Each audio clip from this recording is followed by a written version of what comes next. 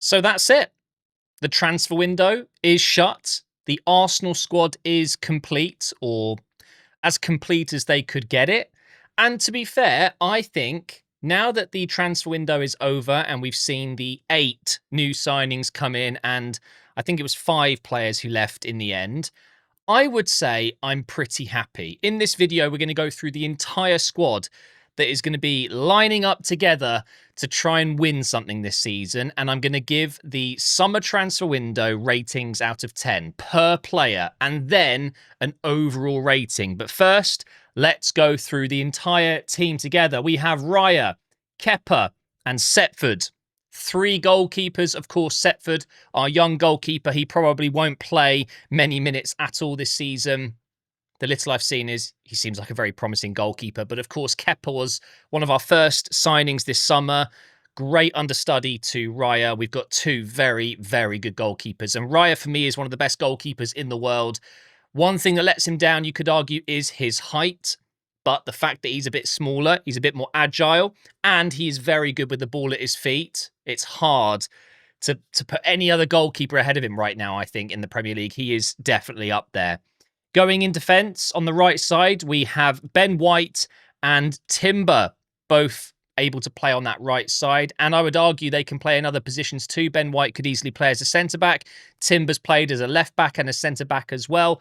Very versatile options. And then we've got Hincapié and Gabriel as our left centre-back options. Hincapié, a deadline day deal. Well, at least it was announced on the day. He's also capable of playing on the left side. We've got Saliba and Mosquera as the right centre-backs. Mosquera, another signing coming in this season, and comfortably, we've already seen him play at right back. And then over on the left side, we've got Calafiori and, of course, Miles Lewis-Skelly. Again, versatile. Miles Lewis-Skelly can step into midfield. Calafiori can step into centre-back. He's also played as a right-back for us. And it's very clear to me, the Arsenal staff and Arteta especially have absolutely focused over the years on versatile players. Players that aren't just locked into one position and can do a multitude of different things for the team. Defensively, we are very, very strong. And I think, and I'm sure a lot of people will agree with me, we are defensively the best team in the league and one of the best teams in Europe. When it comes to clean sheets and just general defending, we're very difficult to break down. And it's definitely one of our strengths. Do we want it to be one of our strengths? Well, yes, of course, but I would like to have a bit more of an attacking flair to the team sometimes. It does let us down, I think. We are a little bit robotic, systematic. It would be nice to see some more free-flowing football, and we'll talk about that later as we go through attackers. Let's go into midfield. We have 2 defensive midfielders this season in the first team squad. We have new signing Norgard and new signing Zubimendi. We've got an older player in Norgard, I think pretty much a straight swap for Jorginho. Can't speak. Effectively 31, I think Norgard is. And of course, Premier League proven. And then we've got Zubimendi, who's effectively entering into his prime years, 27, 28, 29, 30. They're all going to be at Arsenal. And so far, he's looked really, really good. The downside to these 2 players, you guys know, it's pace, isn't it? It's just, they're powerful. They're good players, obviously. Up here, they're very good, and they're great with the ball, great passing. They just don't have the mobility, which does concern me a little bit. Attacking options, I guess we go with Ødegaard on that right side. And I would argue Nwaneri is probably going to play in that Ødegaard the Ødegaard role more than he did last season, where he was more used as a right winger when Saka was out injured. Over on the other side of the midfield 3, we of course have Marino and Rice. Now, what do we see again here? Versatility. Rice and Marino can play anywhere in midfield, and Marino's played as a striker. I mean, it's pretty incredible. Ødegaard, I would only ever play him as an attacking slash deep line playmaker, but I wouldn't want him defending, let's say. Same with Nwaneri, and that's why this 4-3-3 formation that we use is very modular. You've got a DM and another centre mid that can easily tuck in behind Ødegaard and drop into space when they need to. It's very good, and again, full of versatile players, but it's definitely a little bit more, again, systematic. I feel like our defence is a step up from our midfield when it comes to being able to move players around and filling gaps when we need to. I would argue that Zubimendi and Norgard, their weaknesses are the same. Effectively, you're looking at the pace. I think that is definitely an issue. And then you've got Marino and Rice. You would argue maybe they're both quite big players and maybe don't have some of those smaller technical qualities. Although I would say Declan Rice is quite agile and he is good technically, but Marino definitely doesn't strike me like that. He's a bit more of a bruiser, which isn't a bad thing because then on the right side of the midfield three, you have the smaller, more technical player, left-footed as well. So both kind of shaping up to dink a ball in or whatever, find a through pass with their left foot. I think Ødegaard and Nwaneri are pretty similar in that way. Now moving up to the right side of attack, we have, of course, youngster Dauman. He will be getting minutes this season. Saka, of course, and Madueke, new signing. Three very capable players that can play on the right. They could all easily do a job on the left as well, especially Madueke. And to be fair, they could probably drop a little bit deeper and play in that, I'll call this like the false 10 role, if that makes sense. On the left side, we, of course, have Trossard, Martinelli, and new signing Eze, however you want to pronounce it. These are some really good options for us. Of course, we all have our doubts with Martinelli these days, and I think Eze is definitely going to come in and help in that position. I don't truly believe Eze is an out-and-out winger. He's definitely not. And again, that's because he's a very versatile player, and we've seen him do so well through the middle, through central areas as well. But in I think a lot of games this season, he will occupy the left wing position, but still drop inside, come inside, and basically play as another number 10. Trossard is still here. I did think he might leave, so who knows what happened there. I'm hoping in January or in the summer next year, one of Martinelli or Trossard will leave. I think it's almost inevitable. And then, of course, up top, we have Jesus. He's still here, of course, still recovering from an ACL injury. We have the new signing, Gyökeres, and we have Havertz. Have I missed anyone? I don't think so. So what you're looking at here is, in terms of squad depth, I think, quite simply, the best squad we've had since the Invincibles era. Anyone disagreeing with me? I really can't pick many holes in this team. I do worry a little bit about our defensive midfield options. Again, I know I keep going on about it, but pace is so important. I really think so, especially when you're playing in games where we have a lot of the ball, and if we lose it all of a sudden, we get hit on the break. If you don't have legs in midfield, it can be a bit of a worry, but they have everything else. And what they do have in abundance is experience. Okay, Zubimendi's obviously played for Real Sociedad and Spain, and then you've got Norgard, who's been in the Premier League for a while. But it's definitely, I think, one of the weaker positions. I do have a few concerns about our left side. It's not really an absolute killer left side on that left wing, but we haven't seen enough of Eze yet. He could make that position his own. And I've already said Martinelli, Trossard, it's not the best. Still have concerns about Jesus. He will obviously not be our number 9 focus this season. Gyökeres is absolutely going to be that focus. And Havertz right now out injured. It means we've only got one fit striker, unless you class Marino as another striker. But then you look, I think, in other positions, goalkeeper, fantastic. We've got 3 really good options there. I'd like to see more of Setford in the cup runs this season. Right back, left back, centre back, really, really strong. I'm a big fan of Timber. I think Timber right now is the best right back in the Premier League. And then to have Ben White there as well is incredible. Mosquera, I've been so impressed with him as an understudy to Saliba. That is great. New signing Hincapié as backup to Gabriel. Of course, Gabriel was out at the end of last season. We really missed him, although Kivior did a great job. He's now gone. Hincapié is, wow, what a player. I cannot wait to see him. And then one of our strongest positions, potentially maybe a little bit of work in the future. I think Hincapié has been brought in to help out a little bit, but I'm really happy with the left-back position with Calafiori and Mars Lewis-Skelly, although Lewis-Skelly could easily step into midfield. And Calafiori, you could argue, has been one of our best players this season. So now, let's go through all the new signings. And what I'll do is I will draw on top of them. You guys know I like to do this. Let me just check it's working. Oh dear, that's not very... Let me turn up the opacity. What we're going to do is mark each player out of 10 in terms of, as a signing, taking all things into account, value, experience, age, all of it. And I'll give them a rating out of 10. Let's start with Kepa. I think Kepa's a really good signing, and it was cheap. It was a really cheap deal. I know his wages might be a little bit higher than maybe we wanted to pay, but for a player of his quality and his experience to be our backup goalkeeper, I think we have the best two goalkeepers in the league when you combine everything, although Man City just got Donnarumma, so they've got Donnarumma and Trafford. Oof. It's a tough one, that. But I like Kepa, and, you know, it's not the most exciting signing ever, but I would say that's probably a 7 out of 10. Is it not going to let me draw? Hang on. Let me create a new layer. You can tell I'm doing this all live. There we go. Let me turn up the hardness as well. And I'll redo it for you guys. We're giving a 7 to Kepa. I think that's a fair number. I don't think it's anything better than that, and it's nothing worse. It's a relatively low risk transfer, isn't it? He's just going to be fine. Hopefully, he will play in the cup games, I'm sure. Now, Mosquera, similar to what I'm going to say with Hincapié, of course, it's quite early days, but we have seen Mosquera play for Arsenal now, and I've been really happy with him. Have I given Kepa too high? I'm actually wondering, guys, if I should drop that to a 6.